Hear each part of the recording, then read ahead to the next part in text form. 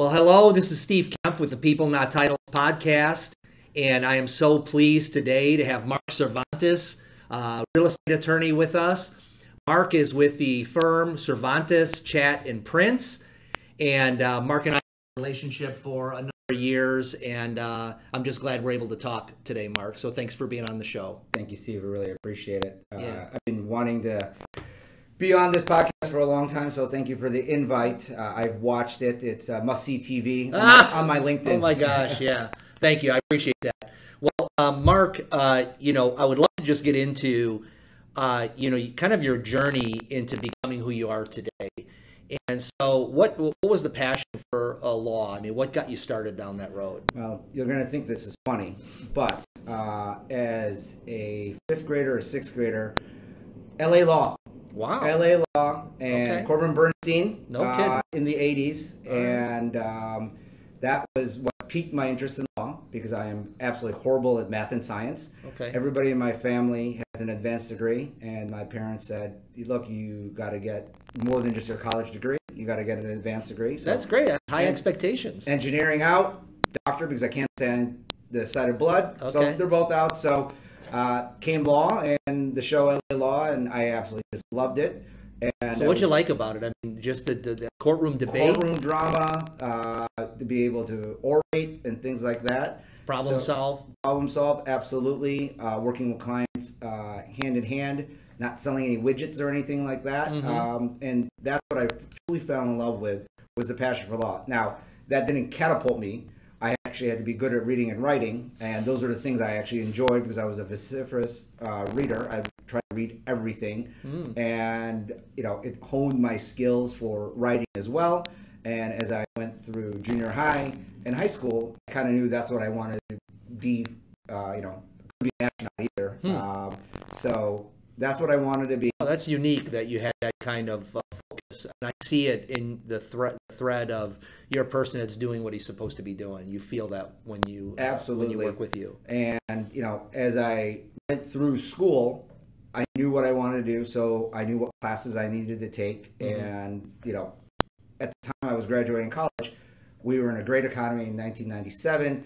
I got some job offers, but I still took the LSAT and decided to go to law school. And once I got into law school, that's where I had to figure out what I wanted to do specifically. So when you graduated your 4-year degree, you had some temptation not to finish the job. Absolutely. So a lot of my friends, they're a burgeoning job at that point was logistics. Okay. And what was logistics at that time? So Sure. A lot of my friends were hired by big logistics companies, and now things like So they're coming back to you going, hey, I'm making this, I'm making that. yeah. And you're like, I got to go back to school. So it's tempting. I make acts because some trucker hauls of some stuff from one side of the country, and I get a cut of that, and Yeah. that sounded great. Yeah. I also got some job offers from some financial firms, but I said, you know what, this is what I wanted to do, and I knew I wanted to move on to law school, so didn't take any time off. Some people took gap years and then went to law school or business school, but I went straight through fairly young, because I graduated at 21 from college.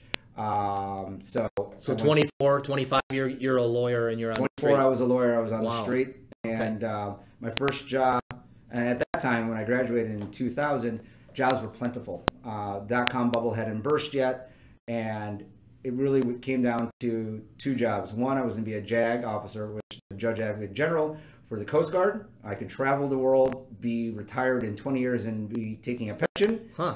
Or Picture you in one of those outfits, too. absolutely, but see, I get seasick. Ah. So anytime, even when I go up the Chicago River, I have to take Dramamine. Okay. So that doesn't one. work. Yeah. And then the other option was I got an offer to be a state's attorney here in Cook County, and it brought me back home. And I decided to take that because I wasn't sure if I wanted somebody to tell me where I was going to be living. In retrospect, I would be retired right now. I'm my 20 years in. But I think I made the right choice. I got to try cases because that was my fire and my passion, was trying cases, getting in front of juries, and helping out the citizens of Cook County. Mark, when that time that you graduated and then you re-upped to go to law school, did you have people that knew who you wanted to be and that kind of sponsored your dream? Oh, absolutely. My parents, first and foremost. Yeah. So they were like, "Hey, stay with it." Oh, well, they didn't give me a choice. Okay. A call. So Yeah. I needed to get an Yeah. advanced degree. At the time, the stock market, everything was rolling, and they said, "Look, if your ultimate goal is to go to law school and get an advanced degree, now you could, making money will happen, but get the degree because going back to school, it's not impossible. It's just the temptation of money and regular living may get in the way." And thankfully for them, I left both undergrad and law school without any debt, and so they believed in me and let me follow my passions. That's awesome. Congratulations. That's Thank great. you. Great job by your parents too. It's and to be 21 and making mature decisions like that shows you were kind of aged beyond your years. I think in some ways. All right. So you had some opportunity for courtroom drama. So what are some of the big cases that you? Well, so when you are just starting off in Cook Did County, you just run the courtroom and go, "I object," just to? No, the good thing about it is when I was in law school, so when you're in law school, there's a program called the 7-Eleven program, not where you buy drinks and candy bars, Slurpees. but it allows you to be in a internship essentially, where there's a managing attorney, and so I went to law school in St. Louis University, so right across the river from Illinois, and I worked in Madison County, Illinois, which is probably about 25, 30 minutes from downtown St. Louis, and I got to work for the state's attorneys down there. And Madison County, obviously not big as Cook County, but I was able to do cases and try cases while I was down there. I wasn't the head attorney, but I got to cross-examine witnesses. I got to prepare for files. So when I got up to Cook County, literally on your first day, they give you a file and said, "You run this call. Go get them." Go get them. Wow. And it's baptism by fire. And What was your first case? that I don't remember. Okay. But Are we talking traffic cases, or are we talking yeah, something no more traffic substantial? cases. Okay. But before I was in the courtroom, I had a stint at 26 California, where I worked in the white collar crime division for the first, when I was waiting for my bar results, and we indicted streets and sanitations for several different things. So it was a pretty big case. Obviously, I was just helping out because I was waiting for my bar results, and that was really interesting to be in the Cook County State's Attorney's Office and then indicting several people that worked for a different administration in Cook County. It's controversial, right? Absolutely. Yeah. And anything from traffic cases, then you do a rotation. Then we did some appeal work, meaning that anybody that had been convicted, because this is all criminal work that I did, was anybody that was convicted, they would file an appeal, and then we would write the appeal on behalf of the county, and that would go to the appellate court. And there were some very disturbing cases when you were reading about them, but that really got you fired up because you're doing good work for people that needed the representation. And from there you go through the office, you try different cases, a lot of traffic cases, battery cases. There are some major felony cases as well. But it was absolutely great. I was never afraid to be in front of a jury, never afraid of being in front of a judge, litigating any matters, because that's what I've been training my whole life for. Yeah, that's what you were hoping for. So, and was there things that you did, Mark, to separate yourself from the rest of the group, or at least were there certain things that you would say, "This is my standard" back then? Well, the thing about the state's attorney's office back then, I was under State's Attorney Devine, and they gave us a lot of latitude and discretion. And every case that's charged doesn't necessarily mean that it should continue. So you would look at the facts of the case, you talk to the witnesses, you talk to the police officers. In some cases, were meant to be dismissed. They shouldn't have been charged in the first place. So So you're not just I'm going to try to ramrod every single thing a certain way or what. You're dealing with humanity here. Absolutely. Yeah. For instance, now in the world we live in, marijuana is legal, right? Back then, when we were doing certain calls, just a little bit of marijuana was a misdemeanor. Well, if you got a 20-year-old kid and still got his life, and he got pinched for a small amount of marijuana, that could alter his life. Totally. Well, then that's where we would use our discretion, and we would say, look, is there some sort of way we can do a pretrial diversion, meaning, hey, you go do some community, do that, you learn your lesson, but this is not going to be a permanent stain on your record. We try to work, I try to work with the defendants and defendants counsel to get them there, because you know what? It was a small mistake. They shouldn't be paying for it for the rest of their lives, because having a misdemeanor, what if they wanted to go to law school? They wanted to go to business school. Yeah. And at that point, then, you know, they wouldn't be able to, or it'd be more difficult because they made a small mistake. Obviously, you know, habitual drunk drivers, that's a different story. Right. I put the hammer down on that. Yeah, yeah. And so you felt, did you feel like every day, hey man, I'm doing some great work here. I'm doing important things. You know, the work would grate on you in the sense because the caseloads were high, and sometimes you would try a case, it wouldn't go your way, and you try not to bring it home.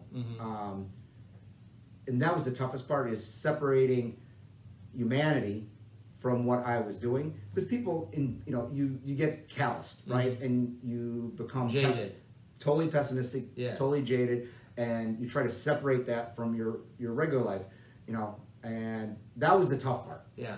Yeah, when you're in, you think everyone's like this, but it's like, okay, I'm dealing with a smaller microcosm of humanity here.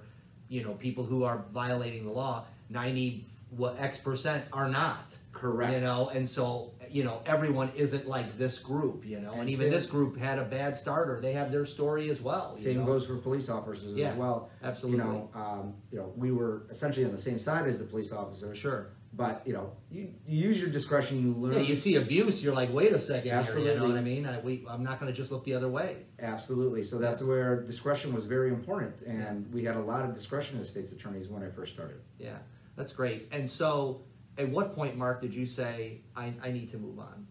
Well, so the nice thing about it is I learned how to do real estate transactions during some of my career as a state's attorney, and I pick up a case here and there. Just on the side? On the side, yeah. Okay. And it was everything that was okay to do. Yep. And I never thought, because it was not on I wasn't on the clock. Sure. For instance. I get it. So I never thought I would like real estate. Property law didn't really interest me when I was in law school. But you know, I said, you know, it's not a bad gig. Yeah. And as I moved on in the office at the time, you know, as something to compare to, I was in one of the last large classes of state's attorneys. So when I graduated in 2000, I had an offer for the state's attorney's office in March of my third year. And from what I understand, they don't do that anymore. They wait for your bar results and everything else. And I started with 100 prosecutors when I graduated. And now the classes are probably in the 20s or 30s.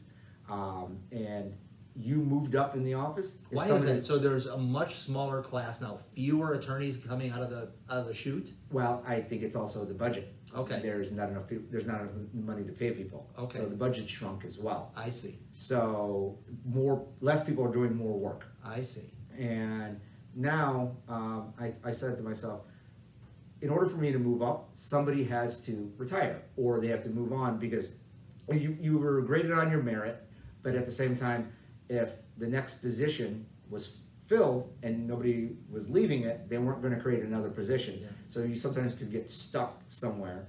And at that point, I was still in my 20s, and I said, you know what, I want to buy a house, I want to do other things. Working for the government is great, but the salary wasn't compensatory with some of my other goals that I wanted to do. Okay. And I thought to myself, you know, maybe I should look elsewhere. Love the experience, and you know what, maybe I could always come back, right? And I decided to take a job in private civil law. It was insurance defense, and I did that for a couple of years, where we would represent companies like Farmers Insurance and other things. And when different claims? Yeah, different claims. Plaintiff would have a slip and fall, for instance, or a car accident.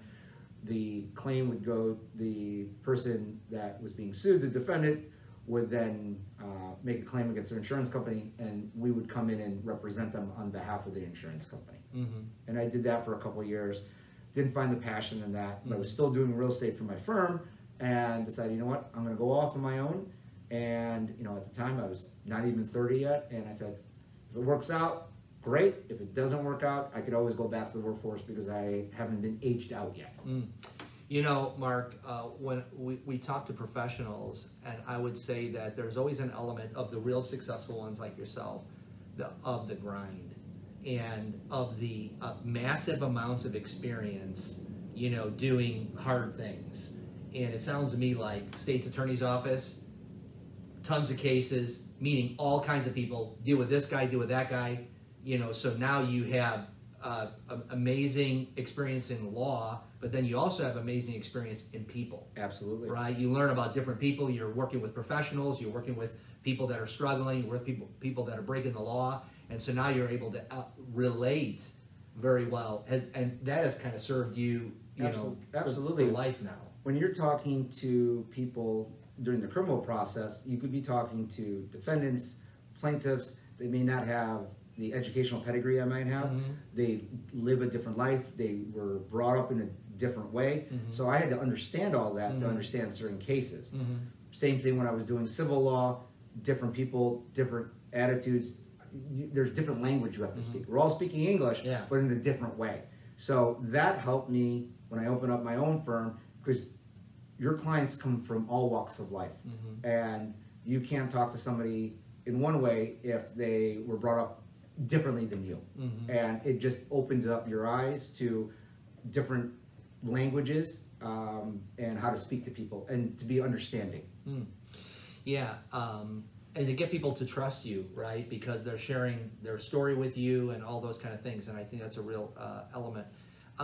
Okay, so from the property and casualty insurance, did you go right into having your own firm? Yes, I did. And at that point I said, look, what skill sets do I have? I can litigate, I can do criminal defense now, where I'd be on the different side. I could do insurance on the plaintiff side, and I had real estate. Mm-hmm. So when I first came out, it was kind of a hodgepodge of different things. So you just like said, you turned in your resignation and said, I'm going for it kind of thing?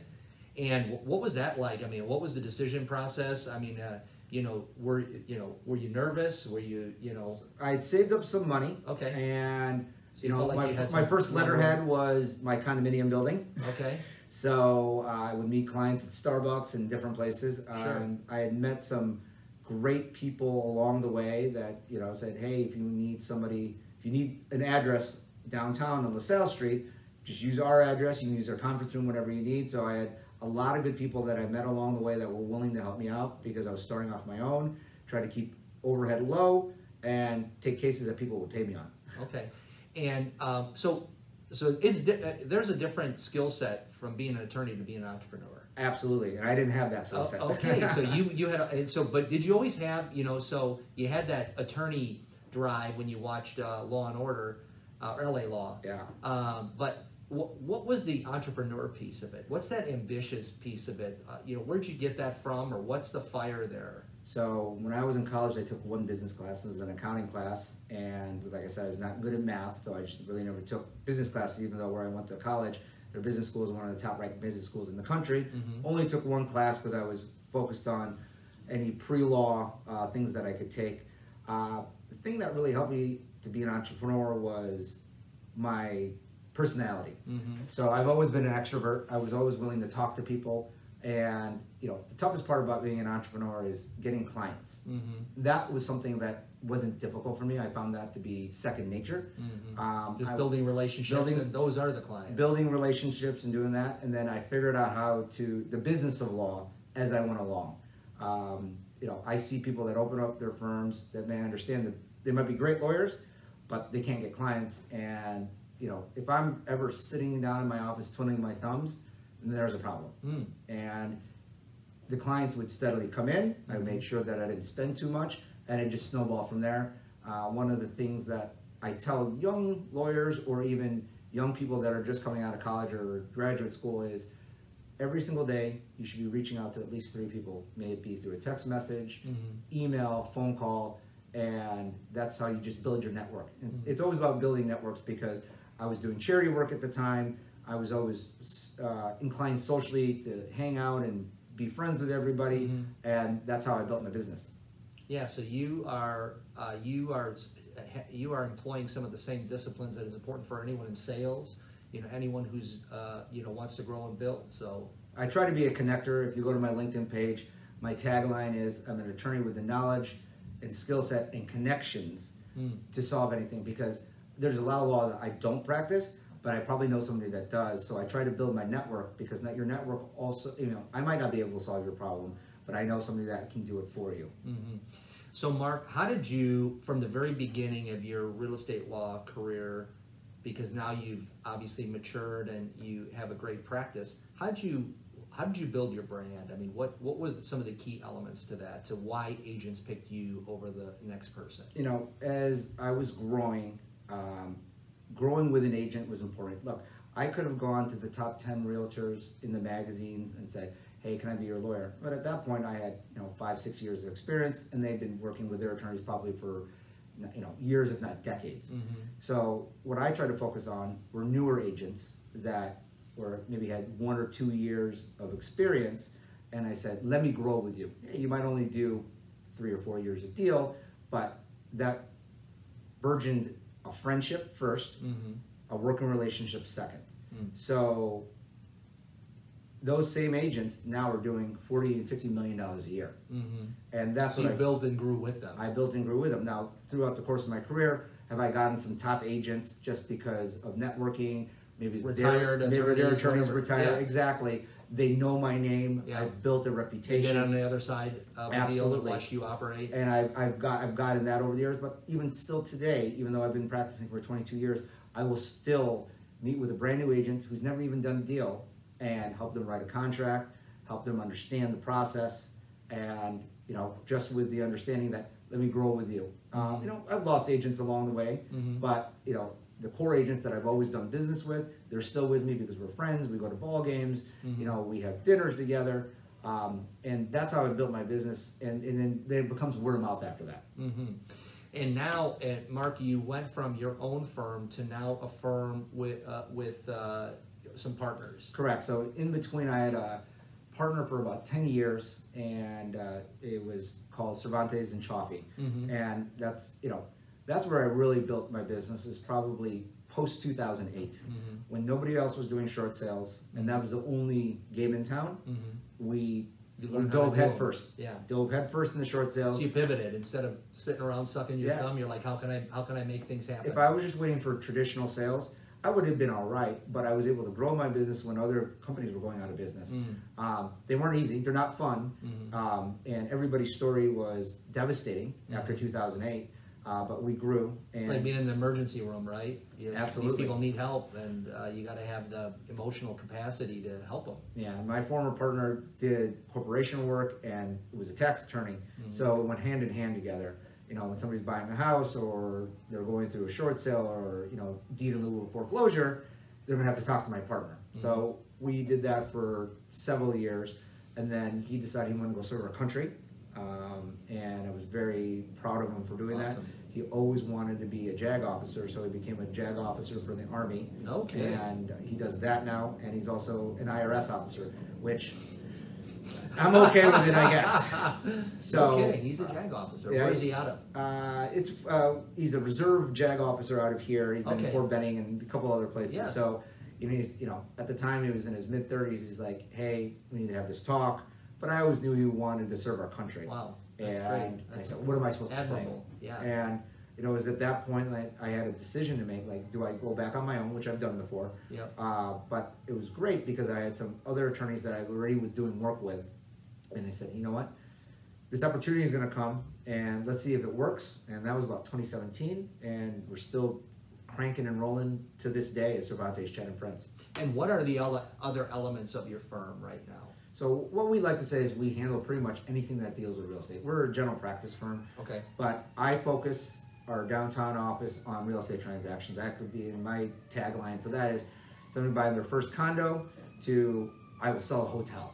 I've done that. We were talking earlier, I do a lot of commercial deals when it comes to light industrial, commercial restaurants, just development work. I will also represent developers. If somebody wants to build 30 single family homes, I will do that. You want to build a condo building? We'll do that. So we handle all the transaction work. My court presence, not so much anymore. Anytime I'm in court, it's usually with building code violations and some other things. My partner's deal was they were doing what I was doing, but they didn't enjoy it as much. They love being in court, I still get a sprinkling in court, but we represent a good number of associations. It could be a townhome association, it could be a condo association. So we handle all their legal work. We handle, let's say there's a breach of contract, or there is a purported fraud after somebody buys a house, and we have to litigate it. So we do the whole gamut of that. Unfortunately, we have to do a lot of evictions. So we evict people not paying rent or other reasons under the landlord-tenant ordinance. And we also, when the association, somebody's not paying their assessments, we will evict people doing it that way as well. Wow. So, I mean, if an agent has you in their pocket, they have it from the first-time home buyer to the sophisticated investor. Absolutely. Or, for instance, we get a lot of calls, for instance, hey, do you remember so-and-so, they bought that 3-flat? Well, the tenants aren't paying rent. Well, it stays all in-house. All right, we'll handle that. Wow, that's fantastic. That's great. Mark, so you're a family man now. Yes, sir. And so how do you balance this growing business and family life? Well, that's the tough question, right? So would I want to be there all the time for my children? Yes, I would. But at the same time, I've got twins that I have to put through college at the same time. You've had a lot of children, you know what that's like. So all the credit is due to my wife. She is a fantastic mother, and she is a great wife. So she gets to work from home, so that's a good thing.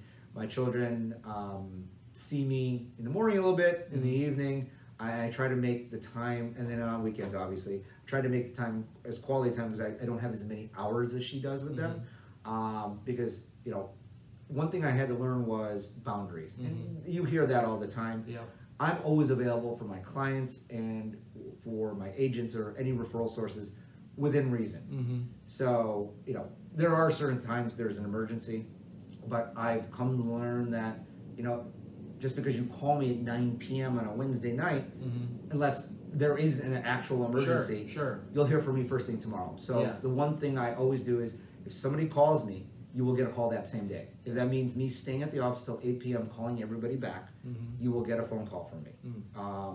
And I try to clear up my inbox every day. And, and that takes time. I get the, hey, you need to be present from the wife, because you can't have your nose in your phone. That's setting a bad precedent for your children. Yeah, and Mark, we've worked on a lot of different transactions together, and I can tell you, I hear a lot of things, and one of the things I don't ever hear is, Mark didn't get back to me, he's out of touch, or whatever those things are. So I think you have a great balance of, and part of you is like, hey, I'm going to bring my best self if I'm a whole person, to every transaction. And someone who's available, when I hear people say, I'll answer the phone at 2:30 in the morning and all that, that's a person that eventually is going to burn out. Absolutely. Or, they won't be able to fulfill those promises. And something's going to fall out, either it's personal life or whatever it is, and that affects the way you perform in your business. Absolutely. One of my favorite things on Outlook is the delayed delivery. So I might be answering emails at 11 or 12 o'clock at night. Yes. They don't go out until 6 o'clock the next morning. Yeah, boom, boom, boom, boom. Because if somebody says, hey, they're up, and I'm going to engage, it still gets answered. It's just, not right there, right then, because I have to have family time. Yes. And you just have to have balance. Have to. Yeah, I've always said this, that you want to work at some, a lot of people work at things to get it over with. Oh, I'm going to retire. I think you're really looking for someone that enjoys what they do so much that they want to do it for a long time. And to be able to do it for a long time, you have to do it at a pace that's sustainable. Yeah. And I think anyone who has a family, or anyone who has kids, or whatever it is, or has priorities outside of work, they understand that. Yeah, and you don't want an answer immediately. You want a thoughtful and thought out answer, and that takes time. As opposed to knee jerk, whatever, flying. Yeah, because if you're paying me for my opinion, I want to be able to make sure that I read everything before I respond. Yes. And I try to impart that on my staff as well. You don't have to answer everything just that second. Think about it. Think about what you're writing. Think about what you're saying, and because that's important. Yeah. So Mark, real estate transactions are emotional. People are oh, I got my first home. The moving trucks are outside. All this kind of thing. How do you de-escalate the emotion on a transaction when things are going south? Right. Yeah, we've had that a lot. I fought over toilet seats. I fought over things. So what we And a lot, and we had this spring where these negotiations were crazy, right? Absolutely. And so you know, people are on fire trying to get the home of their dreams or whatever it is. And here you are doing 10 of these in a day. And it's like, okay, if I'm emotionally involved in every transaction, I'm gonna burn out. You know? Correct. So how do you balance You that? know, we try to do it from the onset, right? So I've been doing this for a long time, and you know, like last year was the unicorn, 2021. We did over 600 residential transactions. It was a lot, and so we do a high volume of things. And what we've done is we try to take, you know, it's usually the final walkthrough. That's where things get really murky, and you can get murkiness before that. Well, we try to think of almost every possible situation and negotiate it on the onset. Now, that doesn't always work. There will be certain things where people act unreasonable, and having to explain to somebody that's a reasonable person why somebody's acting unreasonable is somewhat difficult. And then, you know, I have this personal opinion, not every deal should close. And I know a lot of people don't agree with that, Right. but there are some deals that aren't best for either the buyer or the seller, and I have to have that difficult conversation and say, look, based on what your expectations are and what reality is, this is where we're at. If you want to move forward, just understand that these are the perils, and if you do understand that and you still want to move forward, we'll move forward, but understand that these are red flag items in my opinion. And that usually brings it down, and because I usually say, what's the psychology of this transaction? So I try to work hand in hand with agents first. So if an agent is somebody I've worked with for a long time, even somebody I haven't worked with in a long time, I'll call them first and like, hey, I have this negative letter that just came. Yeah, we have something. I have a negative letter that just came in. Tell me about this buyer. Tell me about the seller. Where are they at mentally on this? Do they have to do X, Y, and Z? And then that way I understand, because there's a psychology for every single deal. You know, there's somebody that has to move because they got a new shelter now, so they have to sell. Or somebody's moving to Chicago and they have to buy a house. There's a little give and take. But that's how I try to de-escalate. Sometimes it's impossible. And, you know, we try to be on the same page, and some deals fizzle or they die, and there's a lot of acrimony. And that's just something, you know, I'm not afraid to have difficult conversations. It's not great for your stress level. Yeah, yeah. But, you know, we have a saying in our office, you know, we're the bearer of bad news a lot. And that can affect you emotionally and mentally. And something you just have to, you know, say, look, these are the facts. I know this is either the largest purchase you've ever had in your life, or the largest sale you've ever had in your life, but let's look at this objectively. Easier said than done. You know, I used to say that nobody represents the buyer or the seller at the table because everyone wants a deal to close. So I really love the fact that you're willing to walk away from a deal. I think it gives you power. I think it gives your agent, and that's, you know, that you're representing along with the seller or buyer, an edge. That you're not just a yes man, you know, figuring out how we can get this deal done, whether it's good for you or bad for you. You're really weighing it out objectively and not emotionally attached to it, saying, hey, listen, you know, I'm going to be willing to have you walk away from this deal. You can still go through, and you can tell me we're going to go, and I'll be your servant in that way. But that's powerful, Mark. Yeah, and the thing about it is, look, I will always make sure that we can try to get to the table. Sure, but of you know, course. If you have 20 red flags, right? What are you supposed to do? Yeah. So okay, Mark. I think this has been a great journey in terms of your career. What do you see? What's the future for Mark Cervantes and just the firm? You know, where do you see yourself? Going forward 5 years from now. You know, so with the real estate market, you know, since we've cast the wide net, you know, the key is, you know, I love working with my agent. Agents are great referral sources. So are the lenders that we work with, great referral sources. But, you know, myself and a couple other attorneys, like, it's how do we get directly to the buyers or sellers directly?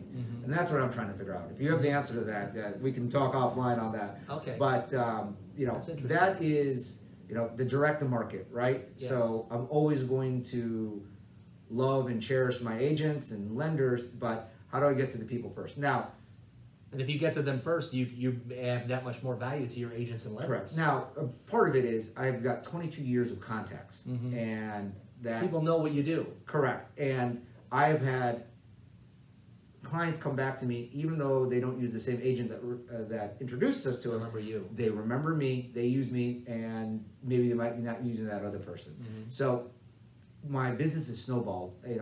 It's always going to be a referral type business, and I understand that. But getting to the people themselves, whatever that is, that's where I hope to be. That's the next frontier for you. In the next 5 years, and trying to figure that out. Our firm has grown. Like I said, I started with working out of my bedroom in my condo building. It's amazing. And we have 2 offices now. I run our downtown office. We have an office in Burr Ridge. We hire new employees. We're over 10 employees, 12 employees. Sometimes I haven't even met some of our employees yet. Sure. So that is fantastic. I think real estate's always going to be our focus, and I enjoy that. I just want to be happy. I want my clients to be happy. Yeah. Right? Not every deal is going to work out, and I just want to know that when I go through a deal, I'm not going through the motions, and that because there's nothing better than either that first-time home buyer that grabs those keys and they know they've done something because they've been saving for the last 3 or 4 years, or somebody on the back end of their life, they're selling. Right now I'm in a deal where somebody's selling their home, and it's very emotional for them because they've been in it for 36 years. So I'm part of this journey with them, and I'm on the legal side of it, but there's a lot of chit-chatting about, I was in this home in Lincoln Park before Lincoln Park was what you see today, and so forth, and things like that. And that's really important. And every time, because I physically go to all my purchase closings, so I meet every single one of my clients. We connect afterwards on social media and things like that, and I think that's important. I know there is a move to go everything virtual, but I think the personal connection, because I could have talked to somebody on the phone and emailed them for 30 to 45 days, but it's that meeting right there and then, me shaking their hand and taking the time to do that. And I'm always going to want to do that, and just making an impression on them. I've done multi-generational. I've done somebody's parents, then they give me their children, and I haven't done grandchildren yet. But then it blossoms from there, all their friends, and that's amazing to me. Yeah, and that's a way for you to build into the brand of your referral sources, because that final moment, and they know, hey, my attorney's going to be there for you. That's a great opportunity to impress, their. That's my value add. Yeah, that's your value. And if it's not me, because we've got my associates, my partners, we try to make it every single closing. We're at probably 99.8%. Wow, that's excellent. So, Mark, any as we wrap up, any comments about the real estate market right now? We have rising interest rates. We had, we have some, 2 quarters of negative growth, right? What are you seeing here? What are you seeing for Chicagoland? What are you hearing? Well, 75 basis points yesterday, right? Yeah. So, I try to compare things to 2019. 2020, 2021 were different. Anomalies, yeah. The beginning of this year until probably about a month ago, volume was still very, very high. Yeah, robust. The amount of contract volume has decreased. I'm not seeing as many multiple bid offers, not seeing as many as-is contracts, not seeing the appraisal gap, all those things that were seller kind of pendulum side things. They still exist here and there, but the multiple bids, they're not happening. Yeah. Properties are sitting on the market longer. Sellers are making concessions. It's as if mentally the pendulum is swinging back to buyers. Now, it takes time for buyers to understand that they're not in the driver's seat, because I hear from agents all the time, I've had the price drop 3 times because we priced it back in, let's say, May, how the market was in March. And the market is not like that anymore. So, the 2020... So it's normalizing a little bit, actually. It is normalizing a little bit, but it takes some time for everybody in the industry, lenders, realtors, to understand that. You read that lenders are laying people off. The refi market is completely gone. Yep. And new loan application volumes decrease significantly. Yep. So, if it gets to the point where, what is normal, right?